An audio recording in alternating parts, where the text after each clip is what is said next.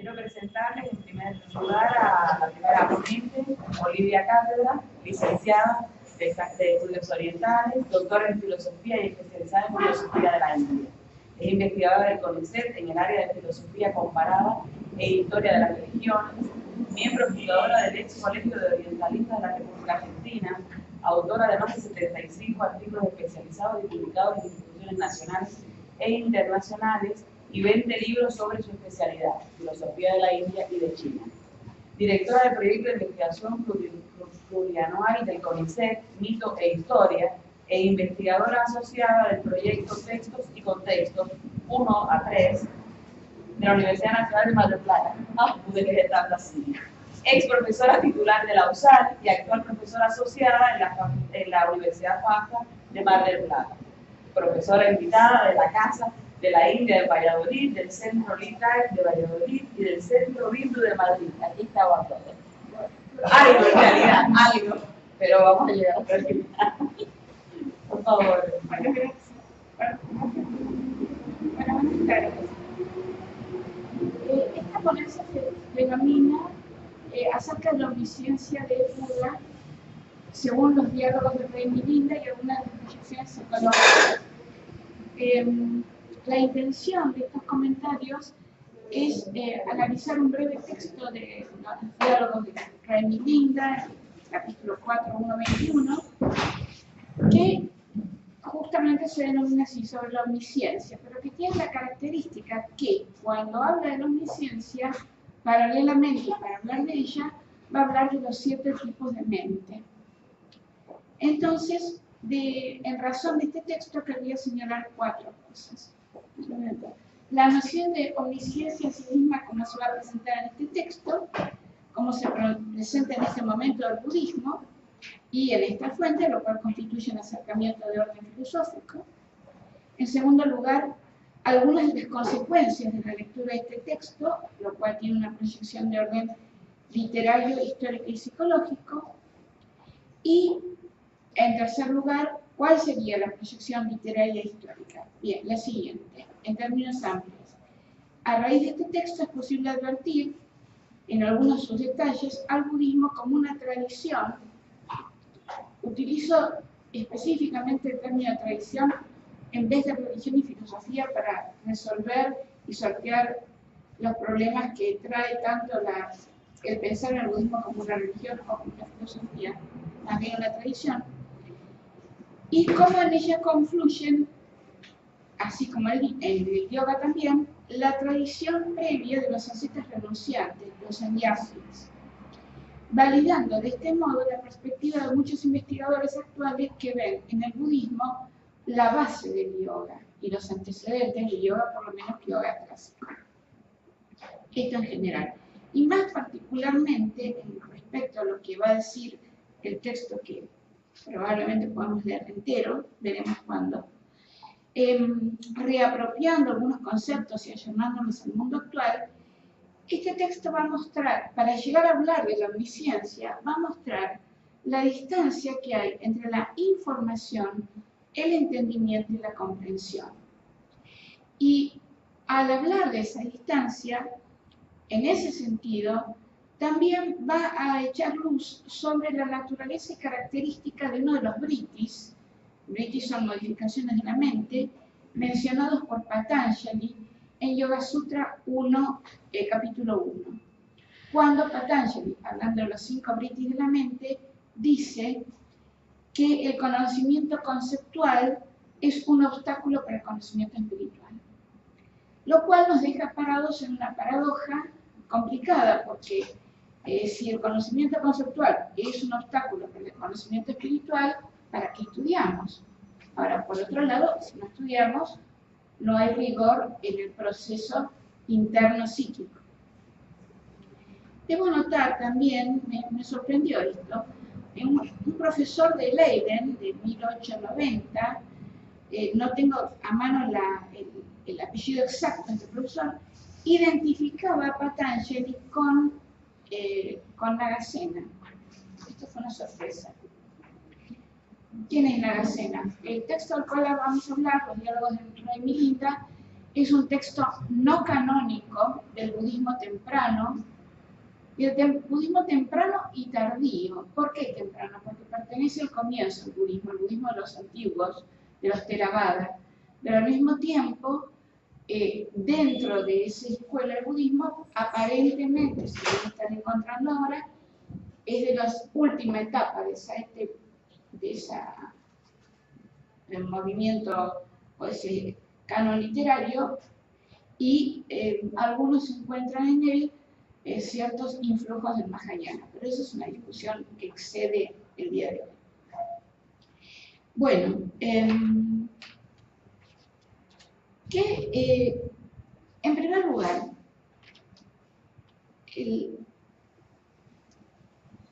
es interesante, un poco ya lo dije, ¿no? Entender o pensar al budismo indio, al budismo original, como una tradición ética y ascética con un intenso planteo psicológico, que es lo que va a respaldar a la tendencia de investigación que considera el budismo como la gran psicología de Asia, instalándose de este modo en parte de las bases del yoga clásico.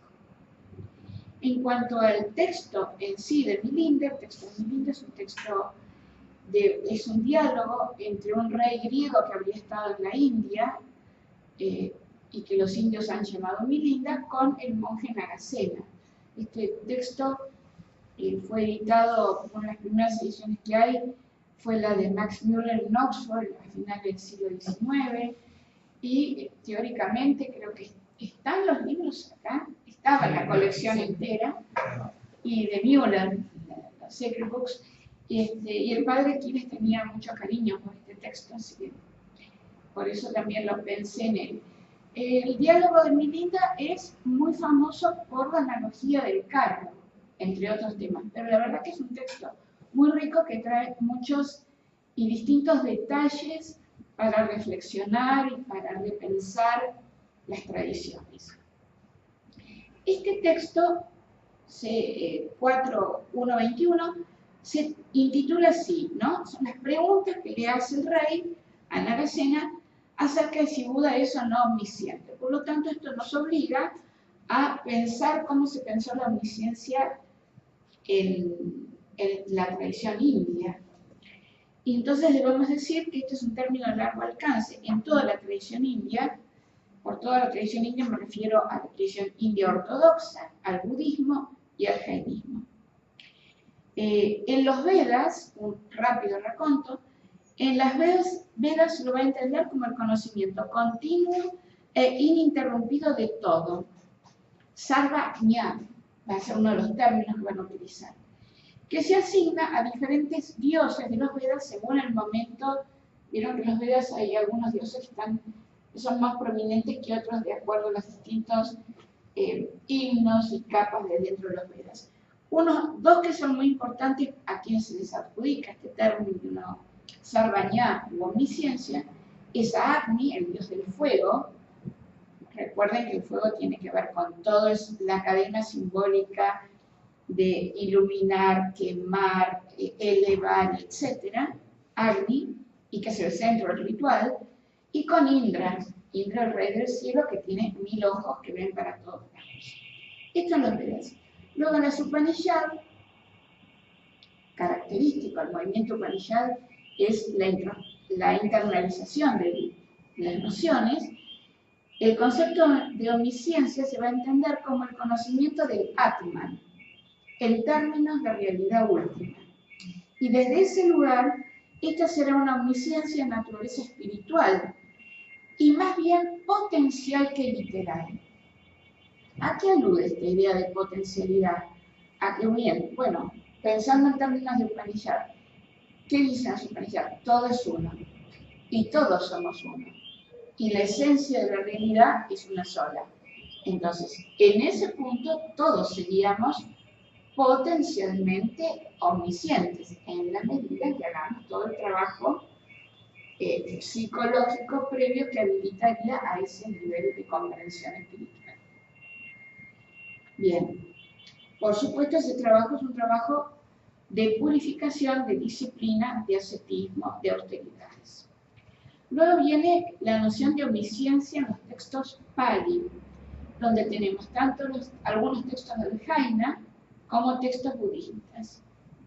Los jainistas van a decir que el alma tiene una potencia innata para la omnisciencia, pero que debe intervenir la purificación en forma ineludible, con el particular detalle que para el horizonte Jaina, la contaminación kármica es exactamente esto, contaminación, toxina, y por lo tanto, en tanto toxina debe ser purificada. El concepto de omnisciencia en el mundo Jaina es tan importante que se va a constituir luego en el criterio que valida las demás doctrinas, o la mayor parte de las otras doctrinas. Finalmente, en el budismo, los primeros textos se refieren a Buda como omnisciente, y él mismo, en algunos textos que hoy no los tengo a mano, este es un trabajo en proceso, ya llegará a la parte escrita, Buda únicamente dice: soy victorioso sobre todas las cosas, soy omnisciente. Bueno, para los arhat, que es uno de los niveles de santidad y sabiduría del budismo Theravada, la omnisciencia se va a mostrar con el símbolo del espejo, en donde se puede ver todo. Más adelante, dentro del mismo budismo, la omnisciencia ya se va a entender como tres formas particulares del conocimiento. ¿Cuáles son estas?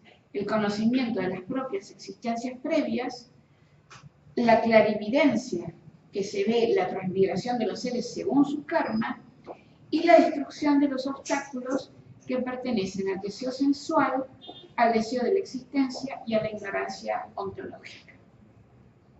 Finalmente, en textos ya más modernos, cuando se enseña la omnisciencia a Ananda, el discípulo querido de Buda, la omnisciencia va a estar representada por el conjunto o la sumatoria de Sila, Samadhi y Panna o Prajna, ¿no? O sea, Sila como el conjunto de lo moral, de las éticas morales, que a su vez tienen varias formas de ser entendido, Samadhi, que ya ahí también hay una palabra confluente a la tradición yógica, y Prajna, sabiduría. Por lo tanto, dicho este rapidísimo resumen, la omnisciencia como el conocimiento continuo y perpetuo se va a dividir en dos grandes ramas. La omnisciencia constante y perpetua del sabio, que ya es sabio y como tal, y de todos los seres realizados, y la omnisciencia potencial en aquellos que siguen un camino. A raíz de esta segunda forma que se considera la omnisciencia, es el motivo por el cual en el texto de Milinda, cuando se habla de omnisciencia, necesariamente el texto se ve obligado al mismo tiempo a hablar o a distinguir los niveles de mente, de psiquismo, previos a la omnisciencia. Bien, finalmente, el texto ¿vos estás bien? Quedan 5 minutos. Quedan 5 minutos, por favor. Bueno, finalmente el texto de Milinda iba bárbaro. Va a hablar va a definir la omnisciencia como una flecha o un dardo perfectamente afinado y agudo. Otra cosa que me resultó interesante, con este texto es lo siguiente. ¿Se acuerdan cuando mencionaba la paradoja de si el conocimiento conceptual para el yoga es erróneo, y esto es una revisión de ciertos datos que podría haber otorgado el budismo previo, la reflexión sobre los textos, aunque la reflexión sobre los textos tenga como soporte el conocimiento conceptual que sería insuficiente, aún así la reflexión sobre los textos ayuda a comprender las experiencias que tienen lugar en los procesos meditativos que van conduciendo a la persona dentro de su práctica. Y también va a dar cuenta o va a intentar resolver una problemática muy básica que enfrentamos todos los seres humanos, que me imagino que algunos de ustedes la habrán enfrentado en su familia. Lo diré en términos coloquiales. A veces alguien dice en la familia, alguien practica yoga en la familia y se pone nervioso. ¿Nunca les ha pasado? Entonces viene alguien de la familia y dice, ¿cómo vos te pones nervioso si haces yoga? Pero es por esto, porque una cosa es hacer yoga, otra cosa es alcanzar la meta de yoga, y otra cosa son todas las etapas preliminares y todos los tránsitos en sí. Bueno, va.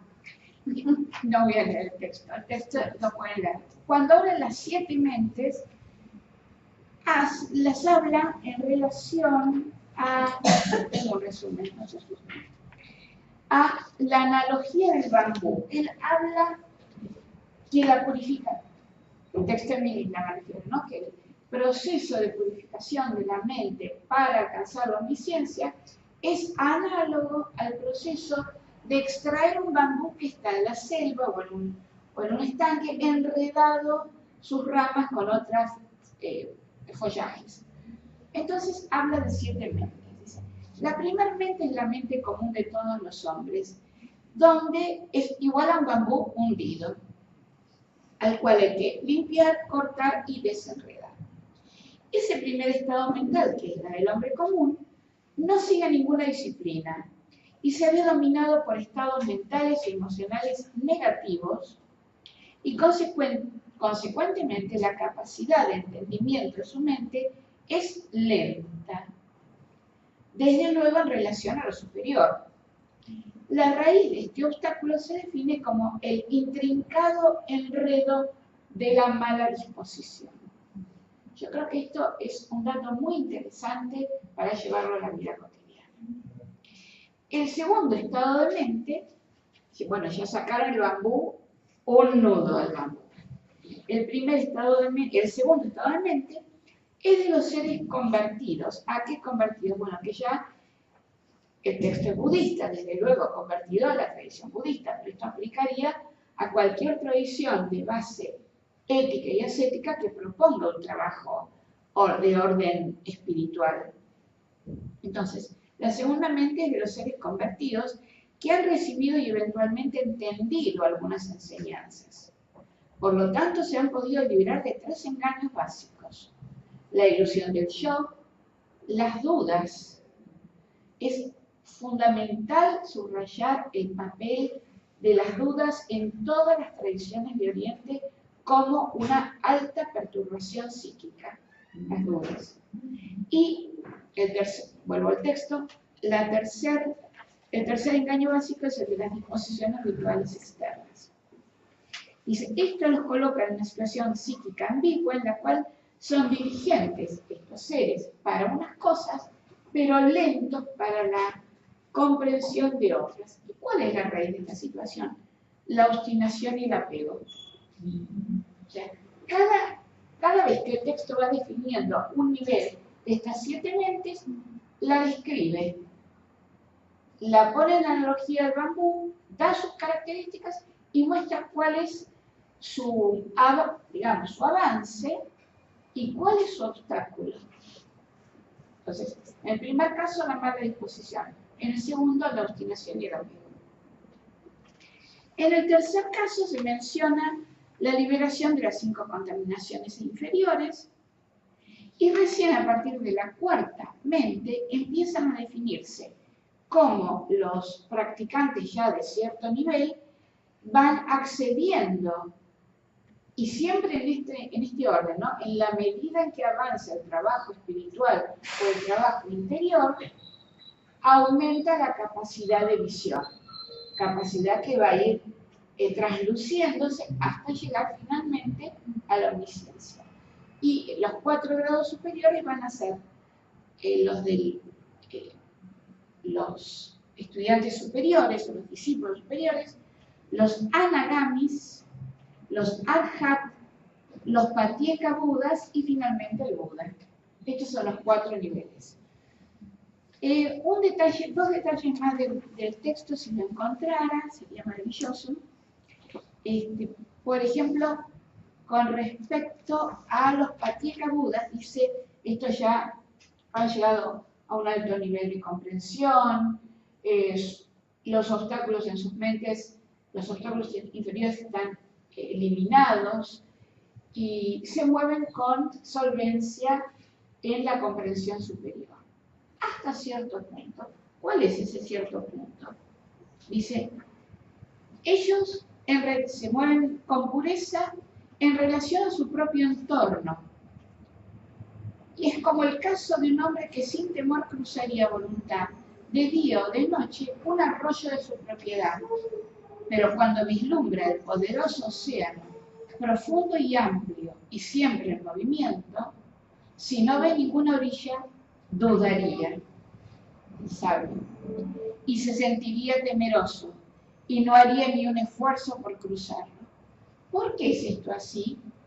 Por la familiaridad con lo propio y por la inmensidad del mar. O sea que siempre estamos avanzando con cosas a favor y cosas en contra. Bueno, y ahí cerramos. De este modo debe distinguirse la séptima clase de mente. Estos son los Budas completos, que poseen todo el conocimiento, contienen en sí mismos el poder de 10 formas, confían en los 4 modos de la autoconfianza, su maestría no conoce límite, su captación nada esconde, los poderes del pensamiento entran en juego con rapidez, actúan con facilidad, y ahí es donde da la imagen. Supongamos entonces un dardo o una flecha bruñida que alcanza rápidamente su objetivo. Bueno, la lectura de este texto que finalmente va a hablar de la omnisciencia es muy, me parece a mí, es muy didáctico y es un aporte pedagógico para todos aquellos que tienen una intención honesta de meditar y de seguir adelante, porque va mostrando el avance y el no, y los obstáculos y la raíz de los obstáculos. Y siempre el tema de la lentitud en el entendimiento cuando hay obstáculos y de la diligencia con esto de que se engarza con la no pérdida de tiempo, no con el apresuramiento, con lo diligente, con el tiempo justo, cuando hay entendimiento, comprensión y sabiduría. Bueno, les recomiendo que lo lean, les va a gustar. Muchas gracias.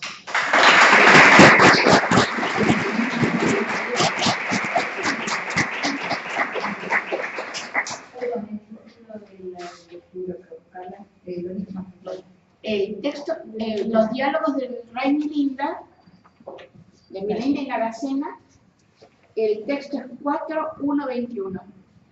Están acá en la biblioteca. Carlos, la orientación geográfica.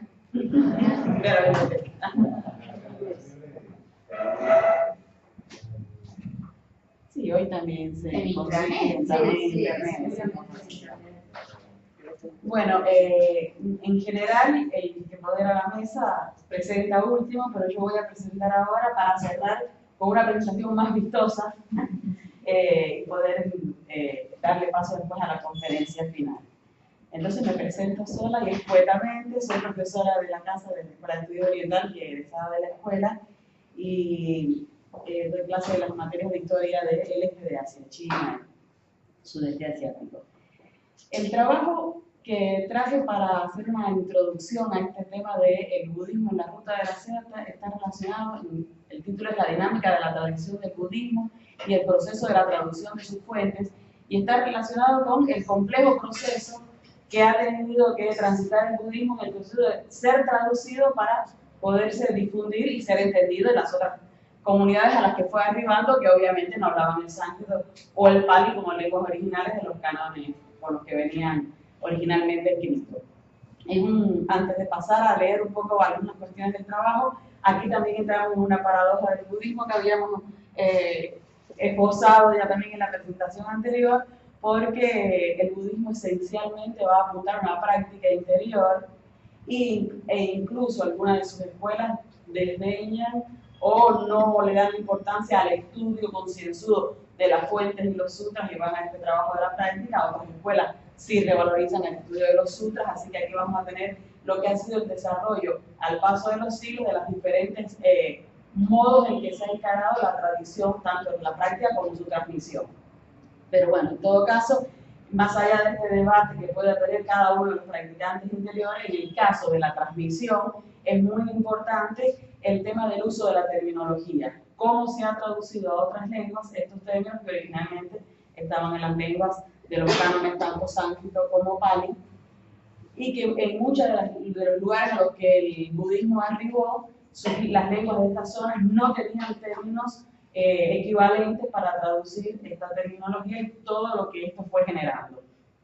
Tenía una introducción que después de toda esta jornada no voy a leer sobre la importancia que tuvo la ruta de la seda, que se inicia en la dinastía Han, como habíamos ya estado presentando, a las ciudades por las que pasó y atraviesa esta ruta, y que esta ruta, más allá de ser una ruta, como estuvimos viendo, comercial, fue el camino del tránsito de personas, y las personas inevitablemente cargan con toda su tradición propia, su forma de pensar, transmiten, están, conviven y llevan a cuesta toda su psicología, su filosofía y sus religiones.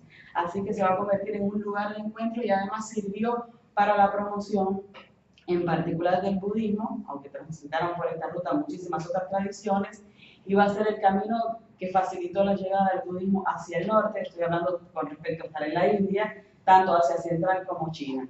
En este proceso, entonces, también tuvimos algunas presentaciones muy bien armadas, el doctor Carlos Rúa, que habló sobre las traducciones del monje de los Kuyanas Kumarajiva, y también tuvimos la presentación de Sishan, el monje que estuvo en la inauguración, sobre las traducciones de Shen Shan. Fueron procesos muy importantes porque, claro, el budismo llega a China, para poner un ejemplo, no podemos hablar de cómo fueron los procesos de traducción en todos los lugares a los que arribó en el noreste asiático, pero en el caso particular de China, que va a ser paradigmático. Y en una primera instancia, los traductores de los textos fueron, sobre todo, intermediarios de Asia Central, que por esta relación comercial tenían conocimiento de ambas lenguas, el sánscrito y el chino, y esto les va a permitir hacer esa intermediación. Pero en el primer periodo de traducciones, es decir, ni bien arriba a China, muchos términos no se encontraban en la lengua china y se va a dar un proceso de sincretismo porque al utilizar las palabras que les resultaron que podían resolver los dilemas de expresión, en este caso van a tomar muchos términos en un primer momento tanto del taoísmo como incluso del confucianismo, menos, pero varios términos. Y esto le va a empezar a agregar aspectos conceptuales diferentes a la tradición propia. Yo les traje algunos ejemplos que nos podrían permitir ver, por ejemplo, el concepto de nirvana, o este estado al que se accede en el budismo, cuando se va a traducir a un término en chino. La primera traducción se utilizó el concepto del wu wei, o la no acción, que dentro del concepto del taoísmo tiene un cariz tan diferente e implica aspectos de la expresión del ser y de su desarrollo tan distinto a lo que a una persona que habla en sánscrito le transmite el concepto de nirvana, que esto le va a empezar a dar incluso un matiz diferente a la expresión de estos conceptos del budismo en China. Otros términos, por ejemplo, que podemos ver es el término de Dharma, que fue traducido en un primer momento como Tao. Y el concepto de Tao en chino es un concepto complejísimo y la verdad que cuando uno hace un análisis profundo bastante diferente en muchos aspectos de lo que para un indio era el concepto de Dharma. Hubo otros conceptos como por ejemplo el concepto de Bodhi o iluminación, que se lo llegó a traducir y a asimilar con el concepto de yoga, el concepto de Arhat o este gran realizado, uno de los niveles de realización dentro de la práctica del budismo, se lo asoció con un concepto que venía del confucianismo, el concepto del Shenhen, o hombre auténtico, que ha elucido muchas cualidades interiores, pero sobre todo desde un punto de vista ético y moral, que no son exactamente a las que alude el concepto de Arhat. Es decir, para no entrar en demasiados detalles profundos, una de las características que va a hacer que hoy hablemos de un budismo clásico en la India, un budismo chino, entre otras cosas tuvo que ver con muchos elementos de la concepción taoísta y confuciana que se introducen y dan un matiz diferente al budismo llegado a la India en China por el propio uso del lenguaje en este proceso de traducción. Esto nos habla que el proceso de traducción no es algo mecánico o sencillo, sino que es un tema bastante complejo y que le va a generar dos aspectos importantes a este estudio de las traducciones, que se complejizó cuando pasó a su vez a Corea, desde el chino al coreano, y al japonés desde el chino al japonés. Claro que pasados los siglos, quiero hacer una salvedad, ya para la dinastía Tang, entre el año 600 y el 900, se va a dar un desarrollo muy importante de una ciencia muy compleja de traducción, ya con la creación incluso de términos en chino específicos para el budismo, y se va a trabajar mucho en esto. Esto que se había dado en un primer momento no es como se va a mantener todo el proceso de traducciones, pero ya esto va a ir dejando una marca indeleble en todo este proceso de traducción. Y lo mismo se dio en el caso de la llegada a Japón, en el caso de la llegada a Corea. No obstante, también hubo muchos monjes de estas regiones del norte asiático que después fueron y estudiaron en la propia India, estudiaron las lenguas originales para acercarse también a la tradición primaria. No obstante, se va dando todo este sincretismo que va a ser muy interesante.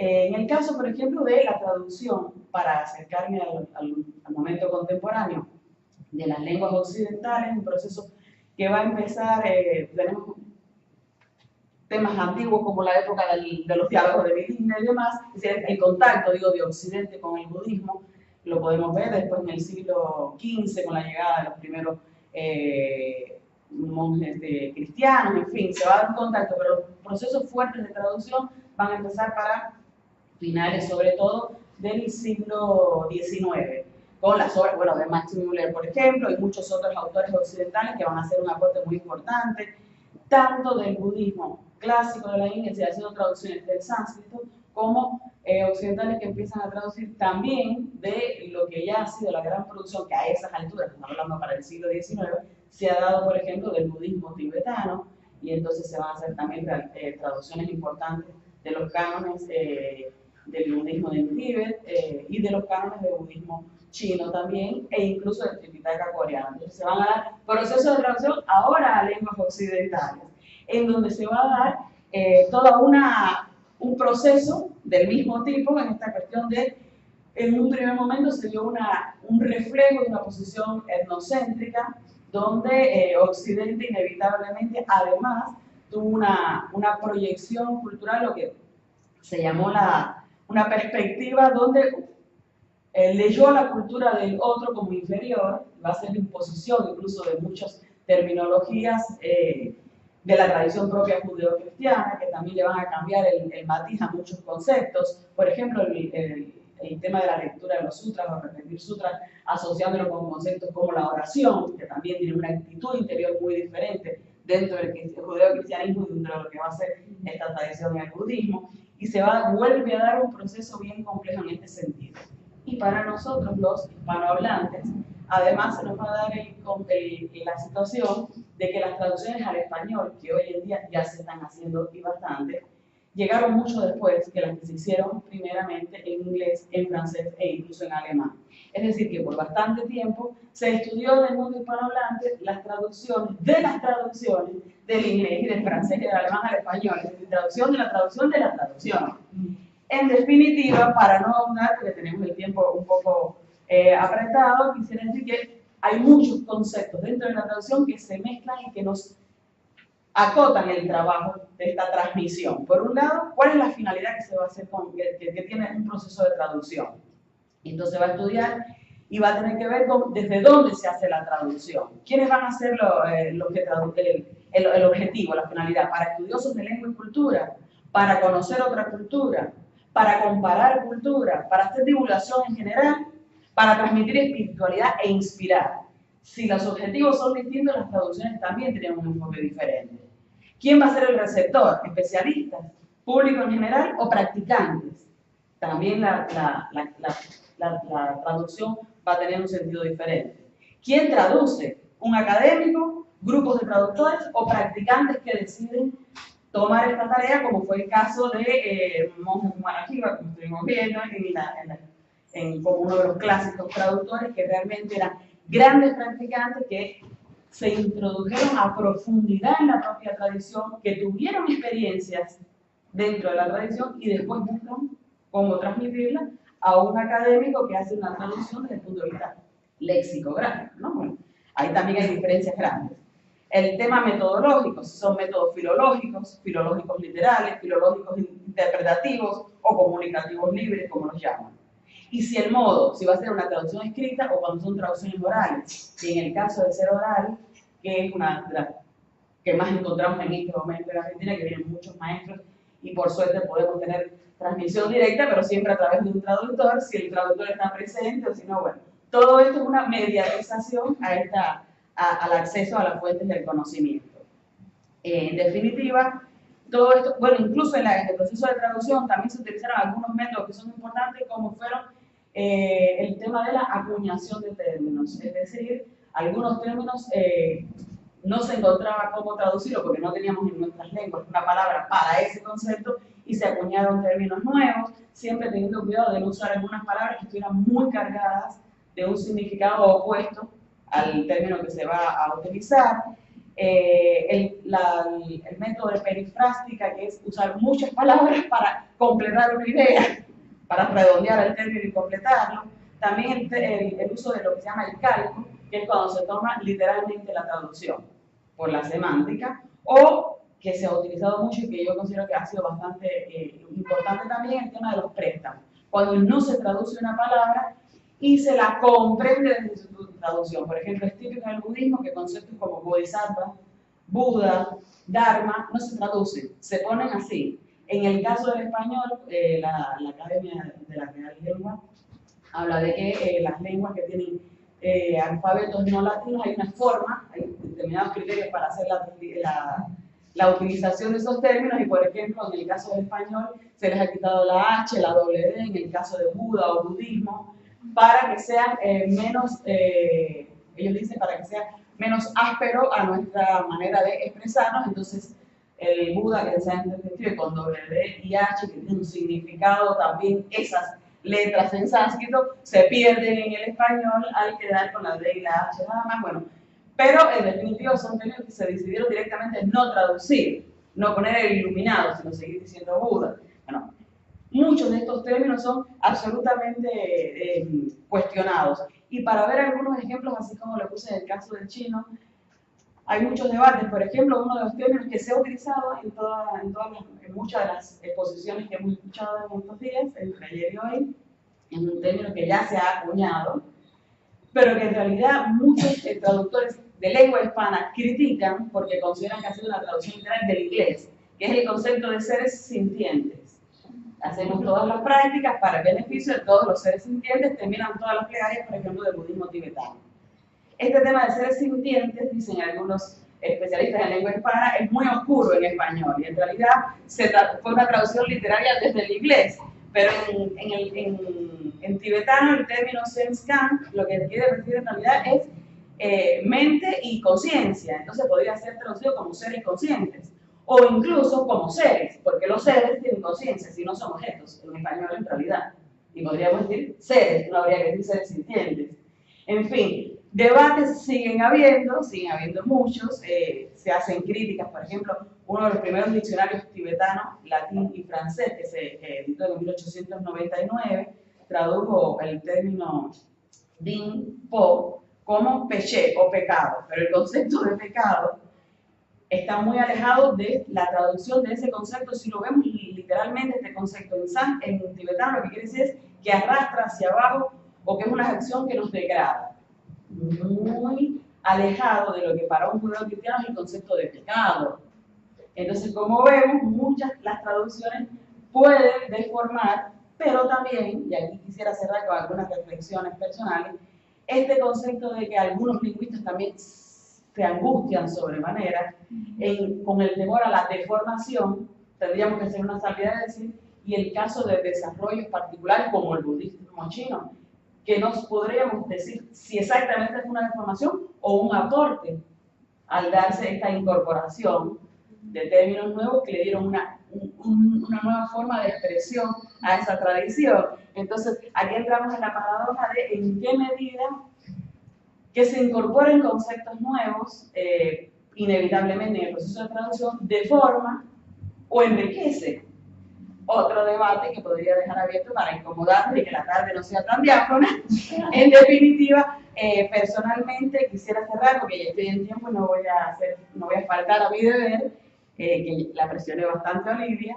Creo que una de las cuestiones fundamentales, lo creo yo, junto con y siguiendo a, sobre todo, grandes personalidades, obviamente que no es una idea propia únicamente, pero considero que lo que es muy importante en el proceso de las traducciones es que estas sean realizadas por alguien que realmente practica esta tradición y esta enseñanza.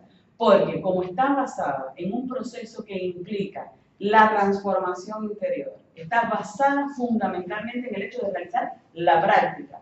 No es un conocimiento que tiene un objetivo de ser una acumulación teórica, sino un conocimiento que apunta a la transformación intrínseca del ser para despertar aquello que traemos de manera potencial, en definitiva, y avanzar, ir sacando la maleza que las distintas conciencias nos han ido ocultando de lo que yace internamente, implica entonces que solo una persona que ha tenido experiencia, que se ha acercado a la práctica, puede comprender lo que un maestro le transmite. Y entonces, si ha tenido esa capacidad, esa comprensión, es la persona que está capacitada para poner en palabras de otra cultura, o incluso hoy en día tendríamos que decir de otro momento histórico, de una tradición que tiene ya siglos, tienen la capacidad de actualizarlo, porque en realidad en este sentido el traductor se convierte también en un transmisor.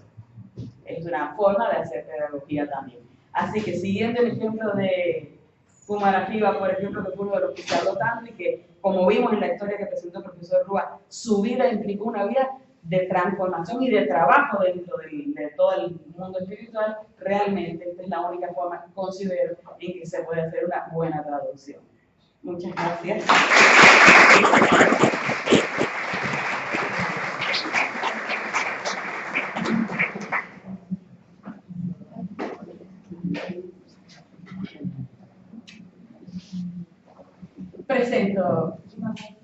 Los presento a los dos y después vamos a tener ahora la última presentación, el trabajo de Nadia y Sebastián. El budismo a través de los viajes, impresiones de la arquitectura del templo Borobudur y Fo Guang Chan, si alcanzamos a llegar a tiempo. Bueno, fundamentalmente Nadia Radulovich está haciendo la maestría en el máster de programa en Asia Pacíficos de la Universidad Tamgang de Taiwán, la tiene en curso, es licenciada en estudios orientales de la casa, es becaria con ISEC también del doctorado, cursa el doctorado en Relaciones Internacionales con el título Proyecto de Investigación Argentina y Asia Pacífico. Son las políticas culturales que herramienta útil a la construcción de vínculos internacionales. Es diplomada con reconocimiento del mejor promedio del año 2012 de nuestra escuela. Forma parte del Consejo Argentino en el Cali, del Grupo de Estudios de China y de ASEAN, también de los dos grupos dentro del Cali, e investigadora también co-creadora del grupo de investigación sobre asuntos asiáticos, Asia View, ¿no? Así lo dejamos porque hay muchas letras.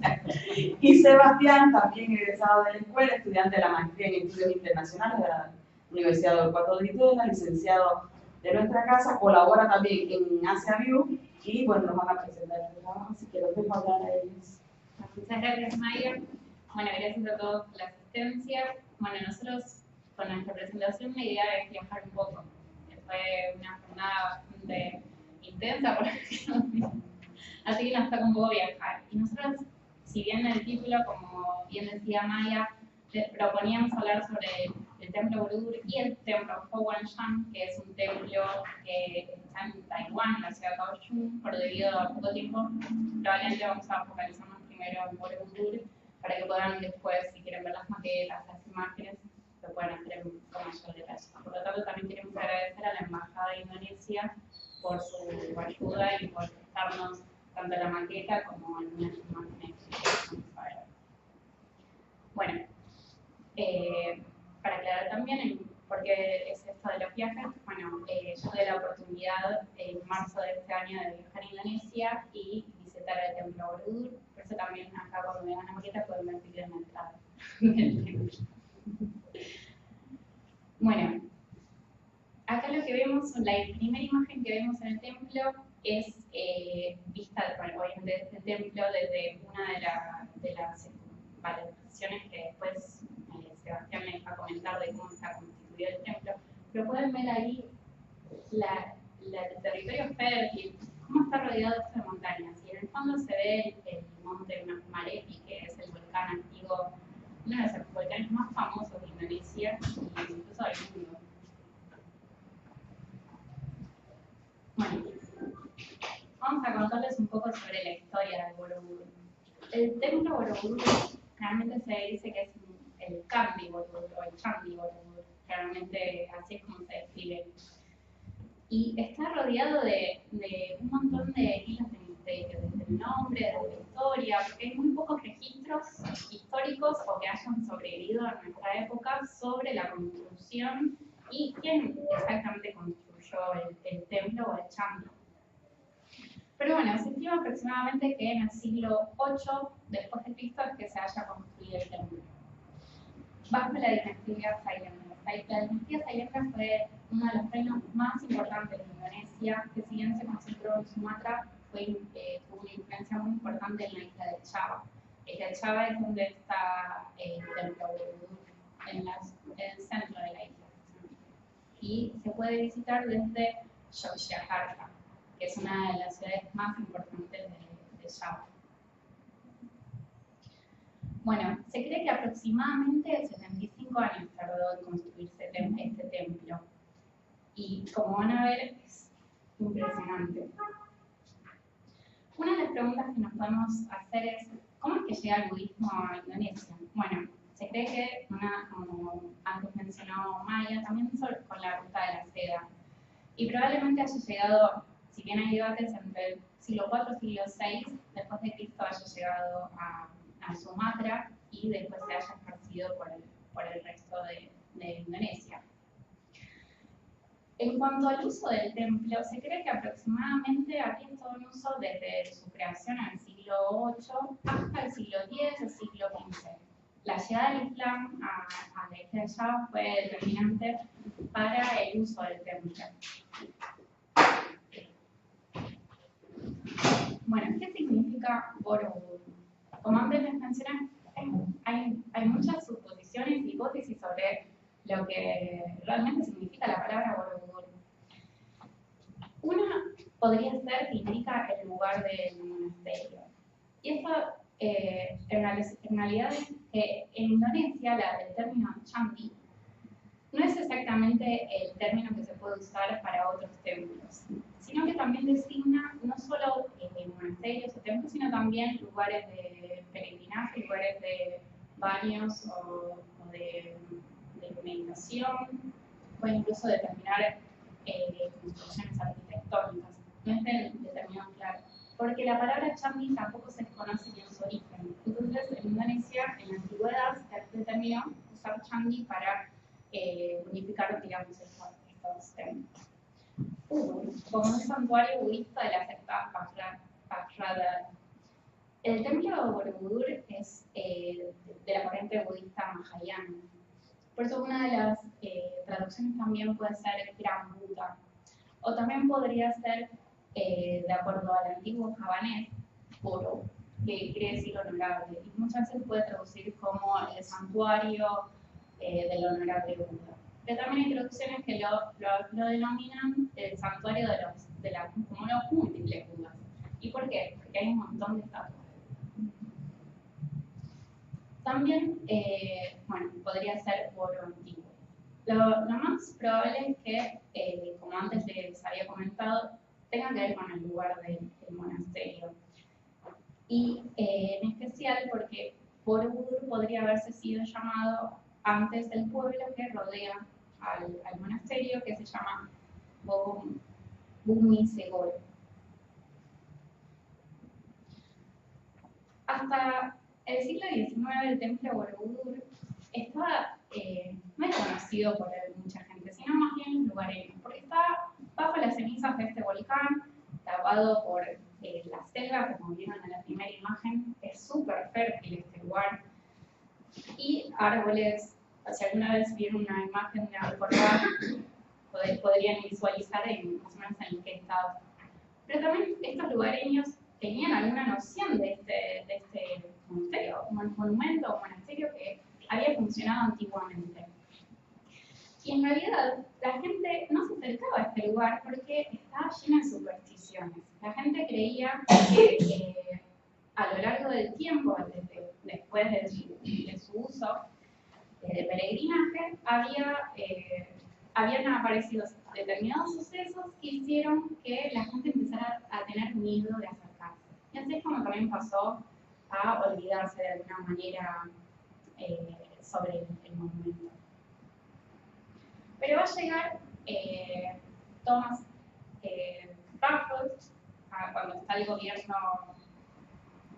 de Gran Bretaña en la región, a interesarse mucho por la isla de Java. Y él es el que va a contratar a un ingeniero holandés que se llama Cornelius, y él es el que va a llevar la exploración, porque a él le habían comentado que probablemente había un monasterio en el centro de Java y valía la pena ir.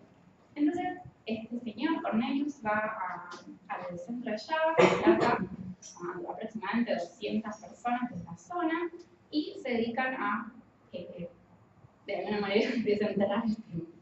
Y eso aproximadamente va a ser un buen tiempo. Una de las preguntas más interesantes o más discutidas sobre el Borobudur ¿es un candi o es una estupa? ¿O es un chandi o una estupa?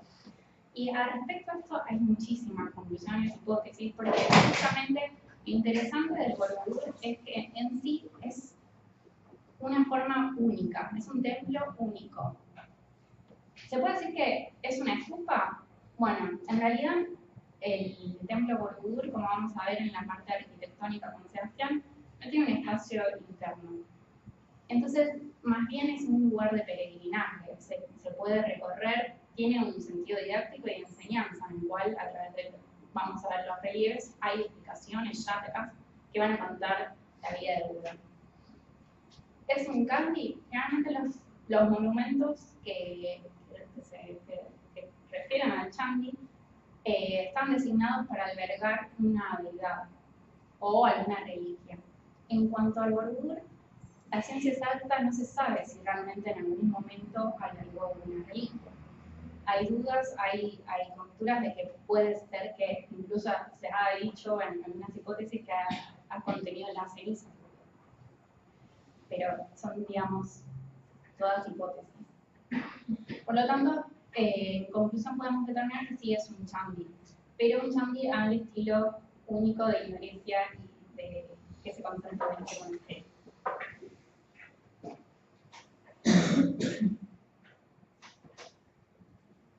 Bueno, por último, la última conclusión es que si fuera realmente una estupa, no sé, o sea, como vamos a ver acá,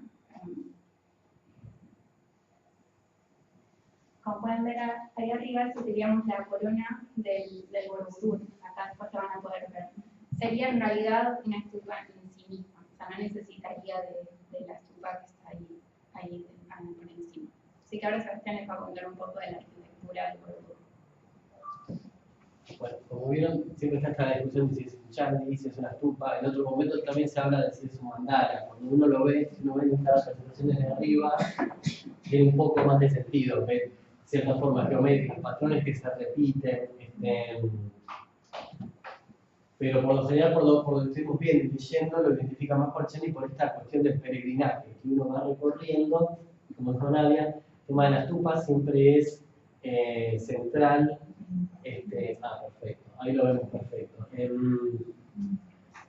Sería central la estupa, si fuera realmente una estupa. Entonces, como conclusión, uno puede decir que realmente es tal vez una mezcla entre distintos estilos, incluso el tema importante de mencionar de la influencia de la arquitectura hinduista, con el tema que no se usó pegamento, que se cortan las rocas en el lugar. Entonces, uno también, cuando dice los porcentajes pequeños de base cuadrada, bastante alta, lo puede ver un poco acá en la base.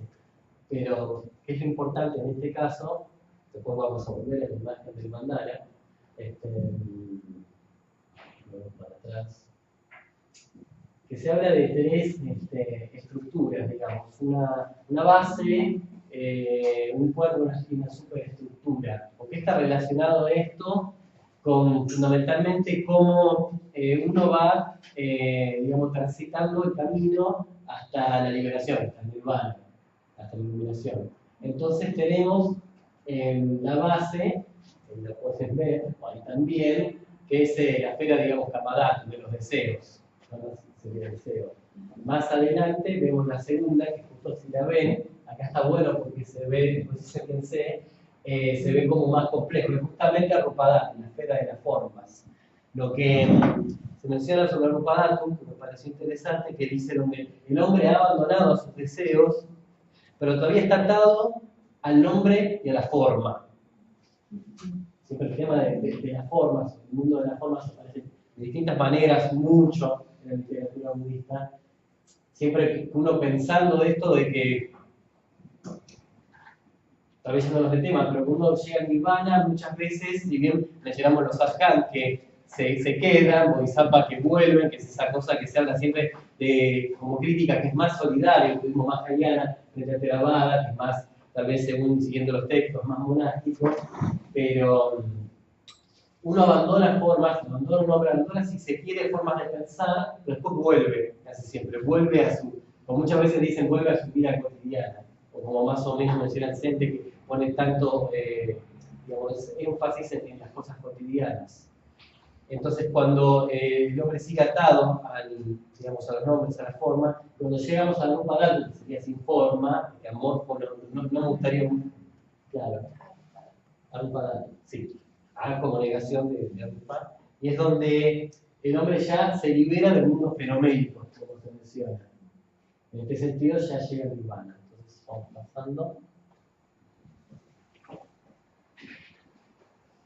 Perfecto. Ahí hay unos detalles por ahí más en temas que no tenemos todos, pero tenemos un sistema de drenaje por el tema de las lluvias, unos leones de piedra que hacen guardianes, que se lo ve. Y por ejemplo, lo interesante es que esta estructura del medio, que son 5 terrazas que se menciona como por 5 puntos cardinales. Los 4 lo conocemos y otro lo mencionamos, por ejemplo, como Zen. Después como...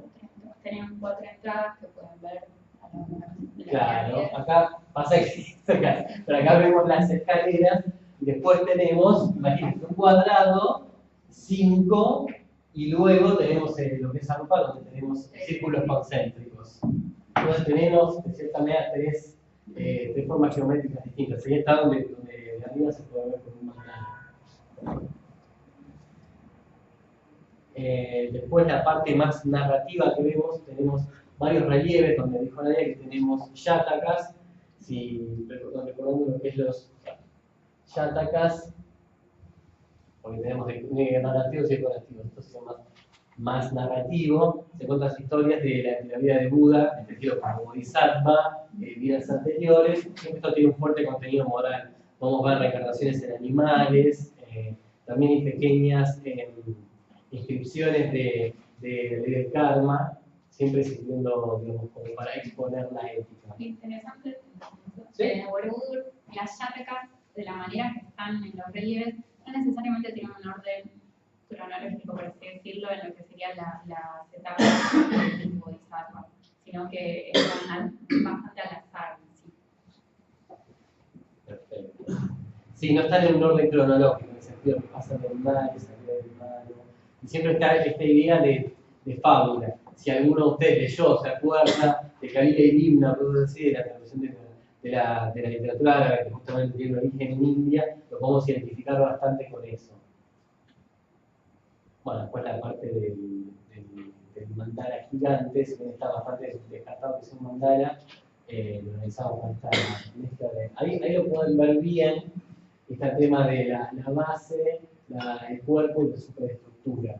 Como ven, todo va llevando a la estupa. Cuando uno ve las estupas, no tenemos todo este ascenso a una colina, como menciona, que es una referencia a la colina del hinduismo, con lo cual hay un poco de la influencia también hinduista que puede tener. No tenemos una colina mística del hinduismo, no se menciona en la mayoría de los textos.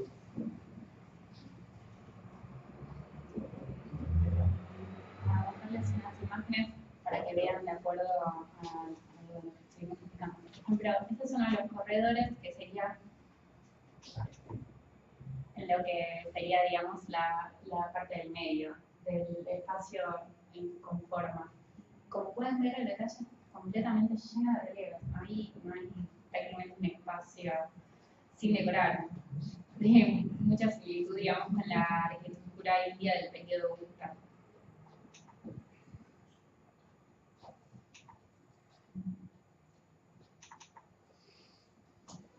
Bueno, esto, como pueden ver también, un poco lo que es el escenario geográfico de donde está emplazado el templo. Hay una leyenda, o también hay una hipótesis, de que el templo, como pueden ver, hay una planicie hacia, digamos, donde está sostenido el templo. Y se cree que antes, probablemente una forma o una idea de por qué se construyó este templo así, era como ver a este templo como si fuera una flor de loto que emerge de un lago, porque muy cerca de donde fue construido el templo hay un lago, y además porque se han encontrado algunos restos arqueológicos que podrían evidenciar de que esa zona que es tan fértil haya habido agua. Y acá, bueno, se puede ver un poco las escaleras y los estupos. Bueno, acá vemos, esta es tal vez una de las imágenes más famosas de Borobudur, y acá podemos ver uno de los numerosos Budas que hay, aproximadamente 500 Budas, estatuas de Buda en estos equipos. Hay muchos que han sido deteriorados y otros que no están incluso, que están desaparecidos. Pero se puede ver un poco cómo es la importancia, incluso se ve en la base del igual una flor de loto, de donde emerge Buda.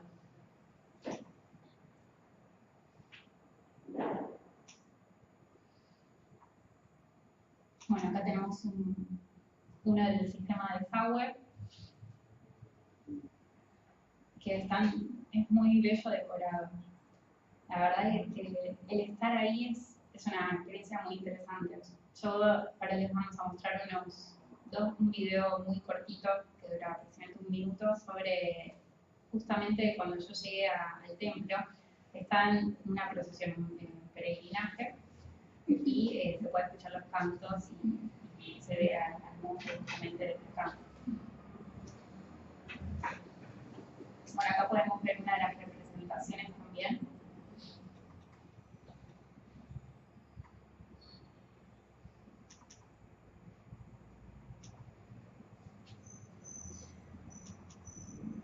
Una vez que uno va ingresando a esto, genera que uno ya se puede empezar a dimensionar este templo, la inmensidad de lo que es.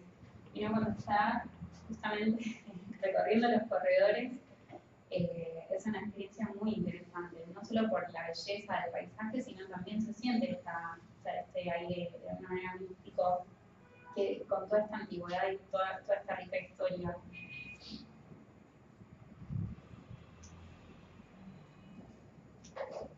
Vamos a mostrarles uno de los videos.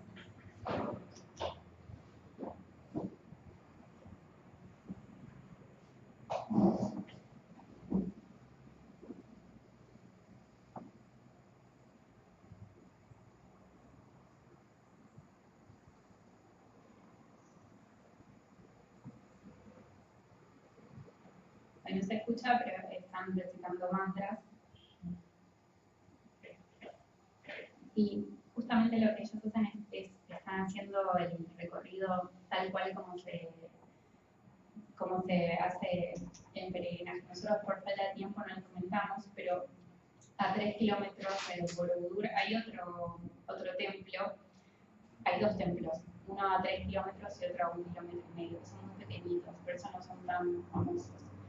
Una de las hipótesis es que estos 3 templos están de alguna manera unidos digamos, en un complejo completo. Y uno de ellos sí alberga imágenes de Buda y de bodhisattvas como Avalokiteshvara, mientras que el otro no hay ninguna estatua, por lo tanto no se sabe a quién está dirigido. Y este es el último, que podemos ver un poco la belleza del templo.